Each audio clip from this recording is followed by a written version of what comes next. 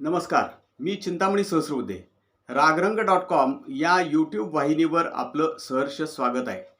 महाराष्ट्रात एकीकडं विधान परिषदेच्या निवडणुकीसाठी मतदान सुरू असतानाच दुसरीकडं उद्धव बाळासाहेब ठाकरे यांच्या नेतृत्वाखालच्या शिवसेनेमध्ये फाटाफुटीच्या बातम्या येत आहेत.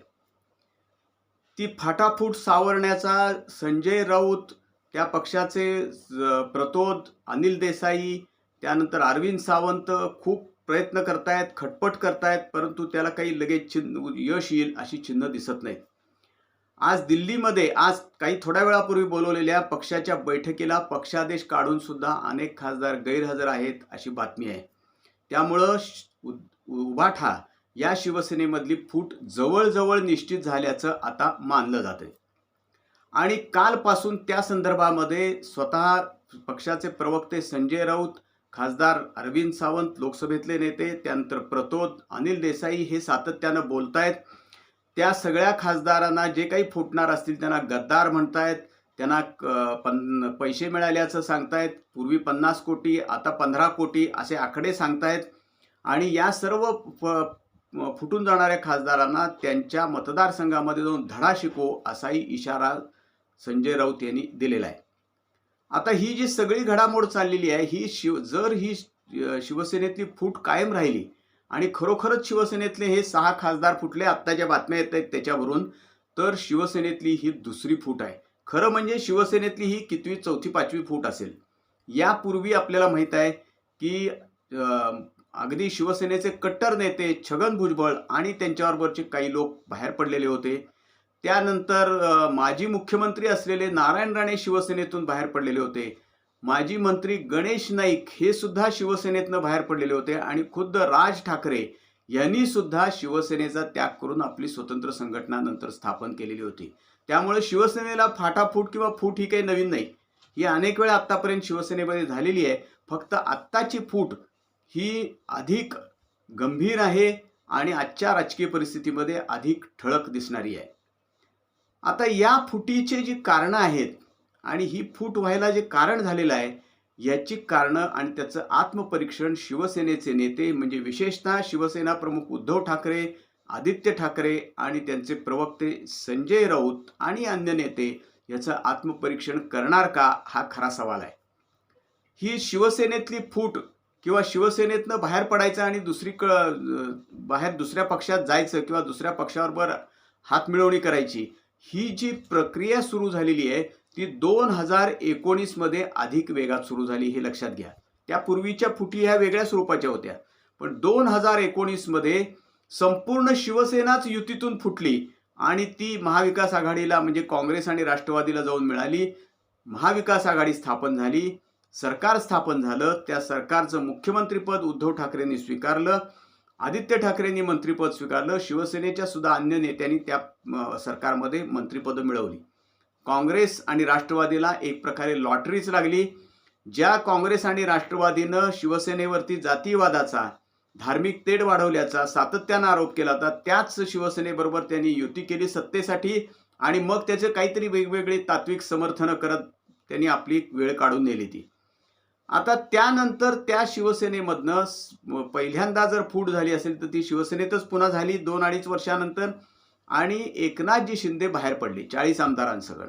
त्यांच्यावरही गद्दारीचे आरोप झाले, 50 खोके, एकदम ओके वगैरे सगळे आरोप झाले. संजय राऊत यांचा त्यावेळेला सुद्धा प्रचंड संताप झालेला दिसत होता. जोरदार त्यांनी आगपाखड केली ती. उद्धव ठाकरेंनी आगपाखड केली. त्यांना मिंधे म्हणलं, त्यांना गद्दार म्हणलं, त्यांना बेईमान म्हणलं, सगळं झालेलं होतं. आता पुन्हा एकदा हाच प्रकार शिवसेनेच्या बाबतीत झालेला आहे. तर एक लक्षात घ्यायचं की आपण सगळा घाऊक पक्ष उद्धव ठाकरेंनी महाविकास आघाडीच्या आणि काँग्रेस राष्ट्रवादीच्या गोटात नेऊन ठेवलेला होता. एकनाथजी शिंदेनी त्यातले 40 आमदार फोडले शिवसेनेतले आणि ते भारतीय जनता पक्षाच्या युतीबरोबर गेले, महायुतीत सामील झाले. आता पुन्हा 6 खासदार तशाच पद्धतीनं होतील काय, अशी आता चालू आहे चर्चा. म्हणजे ह्याची सुरुवात कशी झाली हे पहिलं लक्षात घेतलं पाहिजे. 2019 मध्ये भारतीय जनता पक्षाबरोबर केलेली युती मोडून भारतीय जनता पक्षाबरोबर एकत्रित निवडणूक लढवून नरेंद्र मोदी, अमित शहा असतील, उद्धव ठाकरे या सगळ्यांच्या नेतृत्वाखाली ती निवडणूक झाली. ती देवेंद्र फडणवीस यांच्या नेतृत्वाखाली निवडणूक झाली ती सगळी युती मोडून उद्धव ठाकरेंनी त्यावेळेला काँग्रेस राष्ट्रवादीबरोबर हातमिळवणी केली. संजय राऊत यांनी त्याचं जोरदार समर्थन केलं. तर सगळ्यात जास्त समर्थन करण्यासाठी त्या कृतीचं, राजकीय कृतीचं हे जर समर्थन कोणी केलं असेल तर ते संजय राऊत यांनी त्यावेळेला केलं आणि ते नंतरही करत राहिले सातत्यानं. त्या उद्धव ठाकरे आणि संजय राऊत यांनीच ही पाऊलवाट पाडली असं म्हणायचं नाही का? तीच पाऊलवाट आता मळलेली आहे आणि त्या पाऊलवाटेवरनं सगळ्या वाटचाली सुरू आहेत. मराठीमध्ये एक वाक्प्रचार फार सुंदर आहे. वरमाईनच पुरण खाल्लं तर वराड काही गप्प बसत नाही, अशा स्वरूपाचे तो वाक्प्रचार आहे. तसं शिवसेनेमध्ये आता एकदा वरमाईनच पुरण खाल्ल्यानंतर सगळा वराडच आता खायला लागलंय, वरण खायला पुढं सरसावलंय असं आपल्याला म्हणायचं नाही का? असं म्हणता येणार नाही का? असे अनेक सवाल या निमित्तानं निर्माण होत आहेत. एकूण जर सगळं आपण पाहिलं तर आज पुन्हा एकदा संजय राऊत जोरदार आगपाखड करतायत. ह्या सगळ्यांना गद्दार म्हणतायत, त्यांना मतदारसंघात जाऊन धडा शिकवीन म्हणतात, सभा घेऊन म्हणतात त्या ठिकाणी. परंतु ही सुरुवात कोणी केली हे सगळ्यात महत्त्वाचं आहे. उद्धव ठाकरे आणि संजय राऊत ह्यांनी जे काही 2019मध्ये पेरलं तर खुद्द शिवसेनेच्या वतीनंच पेरलं तर त्याच बियाणाला, ते जे बियाणं पेरलं तर त्या बियाणाला त्याची रोपं झाली चांगली, ते चांगलं रोप वाढलं, वेलू गगनावरही गेला त्याचा आणि त्याला भरघोस पीक आता आलेलं आहे असं म्हणलं तर काय चूक आहे याच्यामध्ये? त्यामुळं राजकारणामध्ये प्रत्येक पक्ष असेल, प्रत्येक नेता असेल, या सगळ्यांनी अतिशय सावध भूमिका घ्यायची असते. तुम्ही जेव्हा एखादी भूमिका घेता तेव्हा पुढच्या काळामध्ये तीच भूमिका घेऊन बाकीचे पक्ष, बाकीचे नेते सुद्धा राजकारण करतात हे विसरता कामा नये. भारतीय जनता पक्षानं सुद्धा यातून धडा घेतला पाहिजे. आज भारतीय जनता पक्ष केंद्रात सत्तेत आहे, राज्यात सत्तेत आहे, अनेक ठिकाणी स्थानिक स्वराज्य संस्थेत सत्तेत आहे, म्हणून त्यांची चलती आहे असं आपल्याला म्हणता येईल. परंतु जेव्हा भारतीय जनता पक्ष सत्तेत नसेल त्यावेळेला भारतीय जनता पक्षावरती सुद्धा याच पद्धतीचं गंडांतर आल्याशिवाय राहणार नाही. ही खुणगाठ मनाशी अगदी बाळगून गेलं पाहिजे पुढं. त्यामुळं जसं पेराल तसं उगवेल हेच राजकारणातलं सूत्र आहे, जीवनातलं सुद्धा सूत्र आहे आणि ते खरं होताना आपल्याला आज दिसतंय. आज हे जे संजय राऊत आज या सगळ्यांच्यावर गद्दार म्हणून आरोप करतायत, यांनी पक्ष फोडला, पक्ष सोडला, पक्ष सोडून गेलेल्यांना सोडणार नाही, धडा शिकवू म्हणतायत, हेच संजय राऊत काही दिवसापूर्वी जाहीरपणे पत्रकार परिषदेमध्ये NCP असेल किंवा तृणमूल काँग्रेस असेल किंवा अन्य काही फुटकळ पक्ष असेल यांना सांगत होते की भाजपपासून वाचायचं असेल तर तुम्ही काँग्रेसमध्ये विलीन व्हा. हे सल्ला देणारे संजय राऊत कोण? ती काही काँग्रेसचे नेते आहेत का या सगळ्या पक्षांचे प्रवक्ते आहेत? फक्त शिवसेनेचे प्रवक्ते असलेले संजय राऊत यांनी हा अनाहूत सल्ला सगळ्यांना दिला की तुम्ही पक्षामध्ये सामील व्हा. मग हे सगळे त्या पक्षाच्या नेतृत्वाखाली निवडून आलेले नव्हते.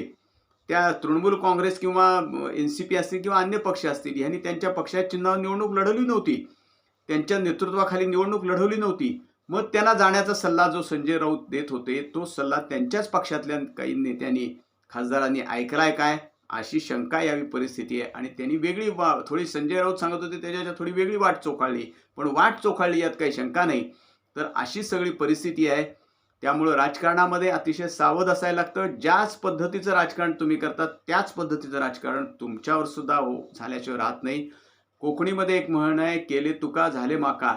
अशीच परिस्थिती राजकारणामध्ये सुद्धा होत असते. हाच धडा या शिवसेनेची जर दुसरींदा फूट झाली तर त्यातून सगळ्यांनी घेतला पाहिजे. आमचं हे रागरंग.com ही जी YouTube वाहिनी आहे ही आपण लाईक करा, शेअर करा आणि सबस्क्राईब करा. धन्यवाद.